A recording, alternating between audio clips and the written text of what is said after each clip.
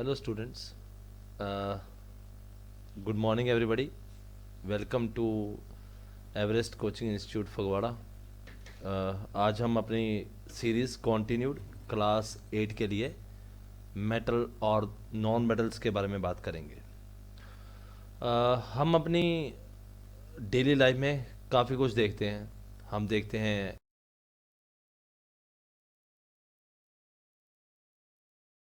एक piece of iron, हम देखते हैं कोई एनवायरनमेंट में गैस है, हम बोलते हैं धुआं बहुत ज़्यादा हो गया है। ठीक है, गवर्नमेंट भी बोलती है आजकल न्यूज़पेपर में कि पुरानी गाड़ियां हैं उनको डिस्पोज ऑफ किया जाए, क्योंकि जब वो पेट्रोल या डीजल को बर्न करती हैं तो सल्फ़र डाइऑक्साइड गैस निकालती हैं। ये नॉर्मली हम न्यूज़पेपर में पढ़ते हैं। कार मेटल से बनी है क्योंकि उसमें आयरन यूज्ड है। ठीक है, हमने अपनी डेली लाइफ में काफ़ी मटेरियल देखे हैं लाइक आयरन और कॉपर, एल्युमिनियम, सिल्वर, गोल्ड के ज्वेलरी, इन चीज़ें हमने देखी हैं। दूसरा, मेटल्स और नॉन मेटल्स जिसके बारे में हम आगे बात करेंगे, ये दोनों को फ़र्क किया जा सकता है उनकी फिज़िकल और केमिकल प्रॉपर्टीज़ के बेस पे। फिज़िकल क्या है, जैसे चीज़ें दिखती हैं, क्या बनाई जाती हैं, क्या यूज़ किया जाता है। जैसे एक आयरन रोड का पीस है तो मैं उससे क्या बना सकता हूँ, मैं उससे कोई भी यूटेंसिल बना सकता हूँ, कोई भी उसको घर में काम आ सकता है। ठीक है, कोई पीस रख के उसके ऊपर कोई सामान रखा जा सकता है, कोई भी चीज़। That is what is a physical. Chemical मतलब होता है कि रिएक्शन क्या है उसका। Chemical means chemical change. ठीक है, जैसे मैंने पेपर को एक नॉर्मल मैंने न्यूज़ पेपर लिया और उसका मैंने टीयर ऑफ कर दिया तो वो मेरा फिजिकल चेंज है। पर जब मैंने उसको पानी में डाल दिया, I am trying to bring some chemical change into it. ठीक है जी, तो लोग बात करते हैं कि फिजिकल चेंज रिवर्सिबल है, इरिवर्सिबल है, उसके बारे में भी हम बात पहले हम बात करेंगे फिजिकल प्रॉपर्टीज ऑफ क्या है। मेटल वो सब्सटेंस है, अगर आप 10th क्लास में जाएंगे तो आप एक पीरियोडिक क्लासिफिकेशन ऑफ एलिमेंट के बारे में पढ़ेंगे। उसमें हम बोलते हैं कि मेटल सबसे लेफ्ट हैंड साइड पे होते हैं और नॉन मेटल सबसे राइट हैंड साइड पे होते हैं। ठीक है, और बीच में वो एलिमेंट्स होते हैं जिनसे हम सेमीकंडक्टर या ट्रांजिस्टर के डिवाइस बनाते हैं। ठीक है, ये आप थोड़ा सा याद रखना। Metals, iron, copper, aluminium, gold, silver, इनका जो नेचर है वो हार्डनेस है। They are hard by nature. Malleable और डक्टाइल का मतलब है कि हम इनकी शीट्स बनाते हैं। ठीक है, हम इनकी शीट भी बनाते हैं, हम उनको रॉड की फॉर्म में भी कन्वर्ट कर सकते हैं। Malleable and ductile. और मेटल्स लाइक कॉपर और एल्युमिनियम की वायर्स हम घर में यूज़ करते हैं because they are good conductor of electricity. Iron rod के ऊपर अगर आपने हैमर मारा तो उसकी आवाज़ आती है और वो चीज़ चमकती है, लाइक गोल्ड, सिल्वर, प्लेटिनम, ये सब मेटल्स हैं। Sonorous means sound. नॉर्मली ये सारे सॉलिड हैं, रूम टेम्परेचर पे सॉलिड्स हैं। पर एक एक्सेप्शन है कि मरकुरी एक ऐसा एलिमेंट है जो कि लिक्विड फॉर्म में मिलता है एट द रूम टेम्परेचर। ठीक है, एग्जांपल्स की हमने बात कर ली है, आयरन, कॉपर, एल्युमिनियम। ठीक है, आज की डेट में, इससे पहले हम नॉन मेटल पे जाएं, आज की डेट में हम मेटल्स को, हमारे साथ हमें एक प्रॉब्लम भी है कि मेटल्स में करोजन भी लगती है क्योंकि उसमें केमिकल चेंज आ रहा है। तो उसको चेंज करने के लिए हम लोग क्या करते हैं, आज की डेट में अलॉय बनने लग गए हैं। अलॉय की बेस्ट एग्जांपल है स्टील। स्टील के बर्तनों को जंग नहीं लगती, जिसको हम बोलते हैं रस्ट, करोजन, पर आयरन को लगती है। ठीक है, so we change the composition. हम उसके अंदर कुछ क्रोमियम और कुछ डालकर जिंक, हम उसकी कंपोजिशन चेंज कर देते हैं ताकि उसको रस्ट न लगे, ठीक है। तो नॉर्मली हमें जो प्योर मेटल्स हैं वो नहीं मिलते। गोल्ड है, गोल्ड के अंदर भी ज्वेलर कुछ ना कुछ इम्प्योरिटी डाल के देता है। वो कहता है ये शेप एंड साइज़ नहीं आता, बेशक आता भी हो, हमें नहीं पता, पर वो कहता है that is his way of earning, वो उससे पैसे कमाता है, ठीक है। The other concept is silver, impurity कुछ डालेगी तभी वो सॉलिडिफाइड शेप में आएगा, गोल्ड और सिल्वर, ओके। फिर हमारे फिजिकल करते हैं गैसेस को लेकर, जैसे मैंने बताया कि कार्बन और डीजल बर्न होने पे सल्फर डाइऑक्साइड निकालते हैं। नॉन मेटल्स नॉर्मली गैसेस हैं जितने भी, उनको हम इसमें बात करते हैं। नॉर्मली वैसे ये सॉफ्ट और डल होते हैं। इसकी बेस्ट एग्जांपल है ग्रेफाइट, जिसके हम पेंसिल, लेड पेंसिल यूज करते हैं। They break down into powder form on topping the hammer. Clear है, आपने कोक का पीस लिया, चारकोल का, उसको आपने हैमर मारा, उसके क्रश हो गया। वो सोनरस नहीं है, इनसे आवाज़ नहीं आती। They are poor conductors of heat and what electricity. Poor conductor मतलब है they will not conduct electricity, so they cannot be used. हाँ, they can be used in ensuring that if some heat is there, we want to make that heat to a low temperature, we can use it. So we can use carbon dioxide, we cannot use oxygen in that case, क्योंकि oxygen है heat की ignition के लिए। अब हमारे chemical non metals. Chemical property का मतलब है कि जब एलिमेंट मेटल या नॉन मेटल अपनी स्टेट चेंज करता है। रस्टिंग ऑफ आयरन मेटल की एक सबसे बेस्ट एग्जांपल है जब भी हम केमिकल चेंज की बात करेंगे, क्योंकि ये एक इरिवर्सिबल है, ये आपको समझना पड़ेगा। Chemical change is irreversible. मैंने आयरन की रॉड ली, उसको मैंने काट दिया, बड़ी लेंथ से छोटी लेंथ हो गई, वो फिजिकल चेंज है। मैं दोबारा गर्म कर कर रिकास्ट कर कर उसको बड़ी रॉड बनाता हूँ, पर एक बारी मेटल के ऊपर रस्ट लग गया, जो मेटल रस्ट की वजह से करोड़ हो गया, उसको मैं वापस नहीं ला सकता, because it is irreversible in nature, ठीक है जी। हाँ, मैं इसको प्रिवेंट कर सकता हूँ कि फ्यूचर में इसको करोजन या रस्ट ना लगे, ठीक है। होप आपको ये पॉइंट समझ आया होगा, क्योंकि हम अपने आसपास देखते हैं कोई भी आयरन का पीस या आयरन का अपना टेबल ऊपर में पड़ा रहेगा छत में, तो हम जब उसको उठाते हैं तो हम कहते हैं इसका लोअर पार्ट रस्ट लग गया है। और दूसरी बेस्ट एग्जांपल है वाइपर, जो स्टील के वाइपर आते हैं हमारे घर में, उसकी रॉड का लोअर पोर्शन रेड कलर का हो जाता है। रेड कलर का मतलब है कि मेटल को रस्ट लग चुकी है और करोड़ हो गया है, ओके।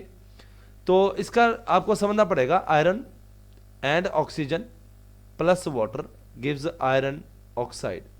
तो आयरन का फॉर्मूला होता है Fe प्लस ऑक्सीजन का होता है O2 और H2O। सो इसका फॉर्मूला बनता है Fe2O3। आप नोट कर लीजिएगा, iron is Fe and oxygen is O2 और आयरन ऑक्साइड इज Fe2O3। और ये इसका ऑक्साइड हमेशा बेसिक इन नेचर होता है। बेसिक इन नेचर का मतलब है कि ये लिटमस पेपर को ब्लू कर देगा। दो तरह के कंपाउंड होते हैं हमारे पास, एक होता है एसिड, एक होता है बेस। एसिड जो हम कई बार किचन में भी यूज़ करते हैं, जिसको हम बोलते हैं एसिटिक एसिड, सिरका, विनेगर, जो बड़ा लाइट है पर स्ट्रॉन्ग एसिड भी है हमारे पास, ओके। और बेस हम यूज़ करते हैं सोडियम हाइड्रोक्साइड या कैल्शियम हाइड्रोक्साइड, या हम कई बार एसिडिटी होती है हम डाइजिन पीते हैं, दैट इज बेसिक। तो आपको समझ आएगा जब आप नेक्स्ट क्लास, ठीक है। Rusting of iron takes place when iron reacts with the oxygen and water to convert it into iron oxide, okay. इस ये लिटमस पेपर को टर्न कर देगा blue. Copper vessel, next example, जब आपके घर में एक कॉपर का पतीला या पीतल का पतीला पड़ा रहेगा तो उसके ऊपर ग्रीन सी कलर की कोटिंग आ जाती है, दैट इज रस्टिंग, ओके। वो एक जो मिक्सचर है वो कॉपर हाइड्रोक्साइड और कॉपर कार्बोनेट बन जाता है। इसकी और एक एग्जांपल बताते हैं। हम एरोप्लेन्स में आउटर बॉडी के ऊपर एल्यूमिनियम यूज करते हैं। साइंटिस्टों ने पहले सोचा कि हम क्यों ना आयरन यूज किया जाए। उसने बोला कि आयरन से तो वेट इतना हो जाएगा कि वो एरोप्लेन उड़ भी नहीं पाएगा। फिर उन्होंने एल्यूमिनियम यूज किया। इनर स्ट्रेंथ में आयरन, आउटर स्ट्रेंथ में एल्यूमिनियम की शीट। एल्यूमिनियम की शीट के भी रस्ट लगती है, पर एल्यूमिनियम एक ऐसा एलिमेंट है, मेटल है, जो अपने आप को एल्यूमिनियम ऑक्साइड में कन्वर्ट कर लेता है और वो इस एल्यूमिनियम शीट के ऊपर कोट बन जाती है ताकि उसकी एनवायरनमेंट से कोटिंग ना हो। ये एक स्पेशल प्रॉपर्टी है। ठीक है जी। मैग्नीशियम रिबन जैसे बर्न होता है वाइट लाइट में, with white light and ash obtained is then dissolved in water. जो मैग्नीशियम ऑक्साइड है, जिसको MgOH होल ब्रैकेट 2 लिखते हैं, वो एक बेसिक। ओके जी, स्लाइड है, इसमें हम रिएक्शंस को लेकर बात करेंगे। तो अगर आप ये वीडियो देख रहे हैं, आपके पास नोटबुक और पेन होना चाहिए ताकि आप जब इसको सुने तो आप अपनी नोटबुक में साथ साथ लिखें, क्योंकि कुछ। ठीक है, सबसे इम्पॉर्टेंट रिएक्शन है जो हम बात करते हैं सल्फ़र को लेकर। सल्फ़र एक ऐसा एलिमेंट है जो अपने ही एलिमेंट के साथ सल्फ़र सल्फ़र जुड़कर बहुत ज़्यादा बॉन्ड्स बनाता है। जैसे कि सल्फ़र ऑक्सीजन के साथ जुड़ता है और सल्फ़र डाइऑक्साइड गैस बनाता है। ठीक है जी। SO2 जिसको हम केमिकली रिप्रेजेंट करते हैं, और जब सल्फ़र डाइऑक्साइड को वाटर में डिज़ोल्व किया जाता है तो एक सल्फरस एसिड बनता है। सल्फरस एसिड ये वो चीज़ है जब एसिड रेन होती है। हम कहते हैं कि ये नॉर्मली कहाँ से निकलता है। ये आगरा में आपने सुना होगा कि मथुरा में एक रिफाइनरी है। ठीक है, मथुरा की रिफाइनरी से जब हम क्रैकिंग करते हैं हाइड्रोकार्बन्स की, तो वहाँ से ये सल्फ़र डाइऑक्साइड गैस निकलती है, और जब वो एनवायरनमेंट के साथ मिक्स होती है, जहाँ पे कि वाटर है, बारिश के साथ वो गिरती है, तो वो रेन एसिडिक होती है, और जो करोड़ करती है मार्बल को ताजमहल के।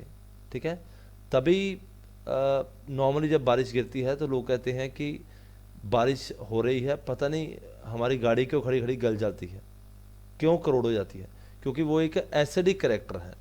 तो और सल्फर डाइऑक्साइड एक कलरलेस गैस है और पंजेंट ऑर्डर है। पंजेंट मतलब ये आपके नोज को फील होगा कि समथिंग इज अराउंड अस। ये वैसे ही है जैसे आपने विनेगर की बोतल खोली और आपको लगा कि कुछ है, तो कुछ है मतलब क्या है, वो एक पंजेंट की वजह से है जो आपके एकदम तेज होती है।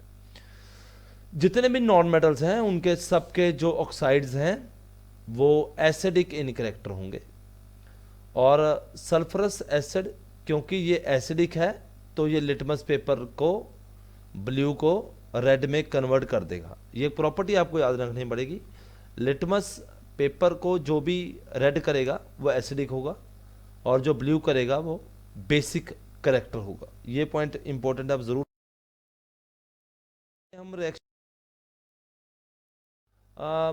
मेटल्स वाटर के साथ रिएक्ट करते हैं और वो मेटल ऑक्साइड बनाते हैं। जैसे हमने पीछे देखा था कि आयरन ऑक्साइड बनता है और या हाइड्रोक्साइड बनता है, डिपेंड करता है रिएक्टिविटी के ऊपर। इसकी बेस्ट एग्जांपल है कि अगर आयरन रिएक्ट होगा ऑक्सीजन के साथ तो वो आयरन ऑक्साइड बनाएगा, और अगर सोडियम रिएक्ट करेगा ऑक्सीजन वाटर के साथ तो वो सोडियम हाइड्रोक्साइड नहीं बनाएगा, वो सोडियम ऑक्साइड बनाएगा, और वो बहुत ज़्यादा एक्सप्लोसिव इन नेचर होता है। सोडियम को हम तभी प्रिजर्व करने के लिए केरोसिन के अंदर रखते हैं ताकि वो ऑक्सीजन से रिएक्ट ना हो पाए। ये बहुत इंपॉर्टेंट पॉइंट है। सबसे एक्सप्लोसिव सोडियम है। ओके, नॉन मेटल्स वाटर के साथ रिएक्ट नहीं करते हैं, सल्फर वाटर के साथ रिएक्ट नहीं करता नॉर्मल स्टेज में। हाँ, सल्फर डाइऑक्साइड की स्टेज में वो रिएक्ट करके सल्फरस एसिड बनाता है। पर कुछ नॉन मेटल्स स्पेशली फॉस्फोरस जब हवा के साथ लगता है तो वो उसको आग लगती है, इसी कारण से इसको हम क्रैक लाते हैं दीवार। अब आ गया मेटल्स का रिएक्शन एसिड से। मेटल्स जब एसिड्स के साथ जुड़ते हैं तो वो हाइड्रोजन गैस बनाते हैं और वो बर्न करते हैं पॉपअप साउंड के साथ। जैसे कि जिंक Zn रिएक्ट करेगा हाइड्रोक्लोरिक एसिड के साथ और वो रिलीज करेगा H2 गैस और जिंक क्लोराइड जिसको बोलते हैं ZnCl2। ये एक बेसिक फार्मूला जो आपको रेड कलर में दिया गया है, ये मेटल प्लस एसिड जब भी कंबाइन होगा ये सॉल्ट बनाएगा। Salt can be chloride, it can be carbonate, anything, okay, where the element is beyond. Element का मतलब जो हम आयरन की, Fe की या मैं कॉपर की बात करता हूं तो उसको हम एलिमेंट बोलते हैं केमिस्ट्री में। तो सॉल्ट और हाइड्रोजन निकलेगा, इस हाइड्रोजन के निकलने से पॉप की साउंड आएगी। ये एक जनरल रिएक्शन है जो आपको याद रखना है कि कब भी whenever a metal is put in acid it gets smaller and smaller and is used up in what chemical reaction। और ये जब केमिकल रिएक्शन हो रहा होता है तो उसमें आपको बबल्स दिखेंगे और ये बबल्स प्रेजेंस शो करेंगे हाइड्रोजन गैस की। ओके, दूसरा सबसे इंपॉर्टेंट कंसेप्ट है कॉपर। कॉपर जो किंग ऑफ एसिड्स हम बोलते हैं हाइड्रोक्लोरिक एसिड, जिसको हम HCl से रिप्रेजेंट करते हैं। HCl, H capital, C capital, L small. Heating करने पे वो एक सल्फ्यूरिक एसिड से, ठीक है, ये HCl से रिएक्ट नहीं करेगा कॉपर, जबकि वे सल्फ्यूरिक एसिड से रिएक्ट करेगा। उसका एक लॉजिक है, 9th और 10th क्लास में ये कंसेप्ट आएगा, क्योंकि कॉपर हाइड्रोजन को रिप्लेस नहीं कर सकता, ठीक है, HCl में से। ये एक पॉइंट सिर्फ आपको याद रखना है, क्योंकि ये एक रिएक्टिविटी सीरीज का कंसेप्ट है। ये रिएक्टिविटी सीरीज हम 9th और 10th के डालेंगे। बेसिस, सबसे स्ट्रॉन्ग बेस हम दो लेते हैं, एक सोडियम हाइड्रोक्साइड जिसको हम NaOH बोलते हैं, और एक होता है पोटासियम हाइड्रोक्साइड जिसको हम KOH बोलते हैं, to produce hydrogen gas. But reaction is very complex in nature, easy नहीं है ये, क्योंकि मैंने पहले बताया जैसे ही सोडियम ऑक्सीजन के साथ लगेगा, वाटर प्रेसिपिटेट के साथ भी लगेगा, तो वो एक्सप्लोसिव नेचर देगा।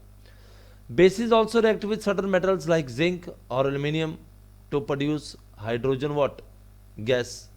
For example, sodium reacts with zinc and water to produce sodium zincate and hydrogen what gas। तो वो सॉल्ट ही बनाएगा, कहने का मतलब यह है